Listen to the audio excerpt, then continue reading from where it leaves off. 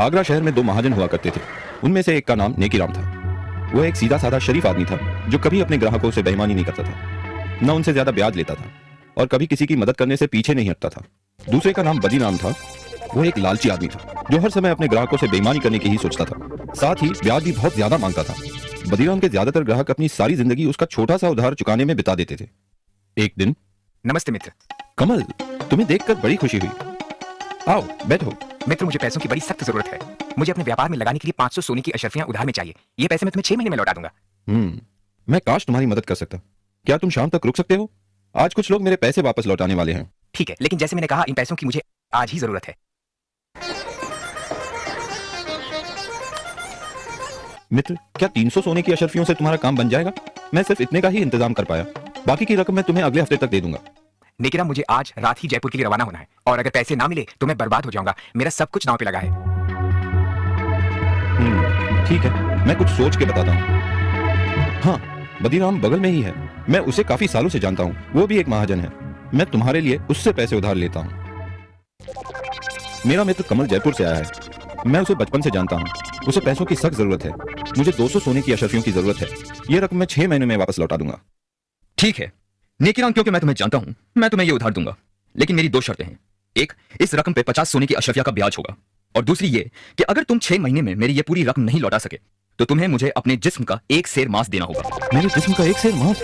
ओह, ठीक है। मेरे मित्र को इस रकम की सख्त जरूरत है, तो मैं तुम्हारी ये शर्त मंजूर करता हूँ, क्योंकि मुझे यकीन है कि मेरा मित्र मुझे धोखा नहीं देगा और मेरे पैसे जरूर लौटाएगा और मैं तुम्हारी इस शर्त से बच पाऊंगा। ठीक है, ये लो तुम्हारी 200 सोने की अशर्फिया, लेकिन याद रखना, अगर तुमने 6 महीने में मेरे पैसे नहीं लौटाए तो तुम्हें मुझे अपने जिस्म का 1 सेर मांस देना होगा। कमल, अब मेरी जिंदगी तुम्हारे हाथों में है मित्र। कैसे भी करके ये रकम 6 महीने में लौटा देना। हे भगवान, बड़ा जालिम आदमी है। घबराओ नहीं नेकीराम, मैं पूरी रकम लेके लौटूंगा और उस जालिम आदमी का कर्ज उतार दूंगा। तुम एक सच्चे मित्र हो, बहुत बहुत धन्यवाद।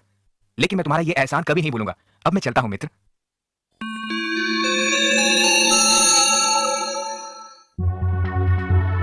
नेकीराम, तुम्हारे 6 महीने पूरे हो गए हैं। कहां हैं मेरे पैसे?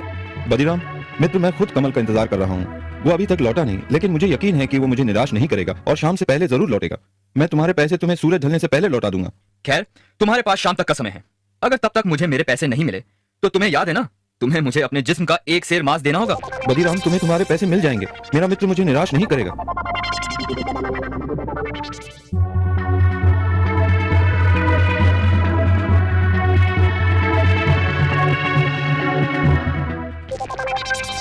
नेकीराम, कहां हो तुम?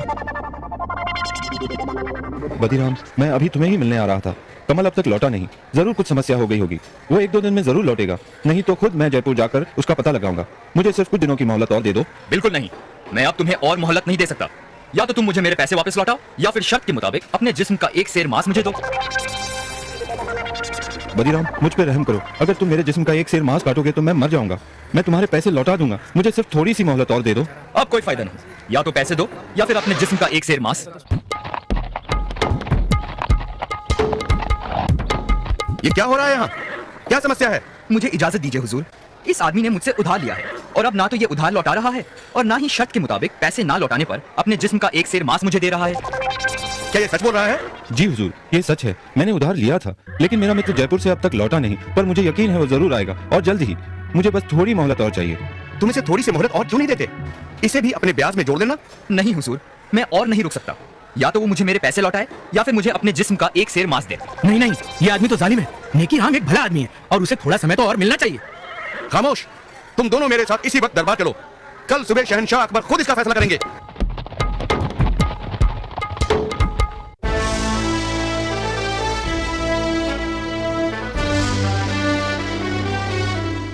इसलिए मैं इन्हें यहां ले आया हुजूर।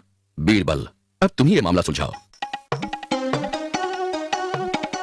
हुजूर, मेरा नाम कमल है, नेकीराम का मित्र, जिसकी वजह से ये समस्या खड़ी हुई है। मुझे शहर से लौटते हुए जरा देर हो गई, लेकिन मैं बदीराम के पूरे पैसे लाया हूँ। बदीराम, तुम्हें तुम्हारे पैसे वापस मिल गए तो मेरे ख्याल से यह मसला अभी सुलझ गया है।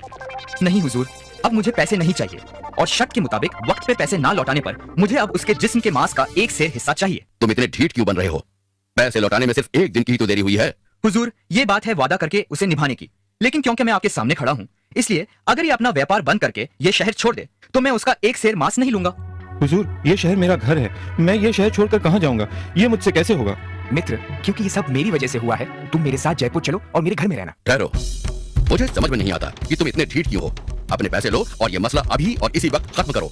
हुजूर, आप शहंशाह हैं, आपका हुक्म तो मानना ही होगा, लेकिन इसका मतलब ये होगा कि व्यापार में दिए किसी भी वादे की कोई कीमत नहीं है। लेकिन अगर फिर भी आप यही चाहते हैं तो हुजूर, तुम नेकीराम के जिस्म का एक सेब मांस काट सकते हो, अगर यही तुम्हारी जिद है तो।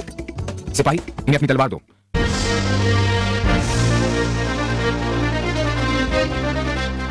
जाइए शौक से अपने वादे के मुताबिक अपने हक का एक सेब मांस काट लीजिए।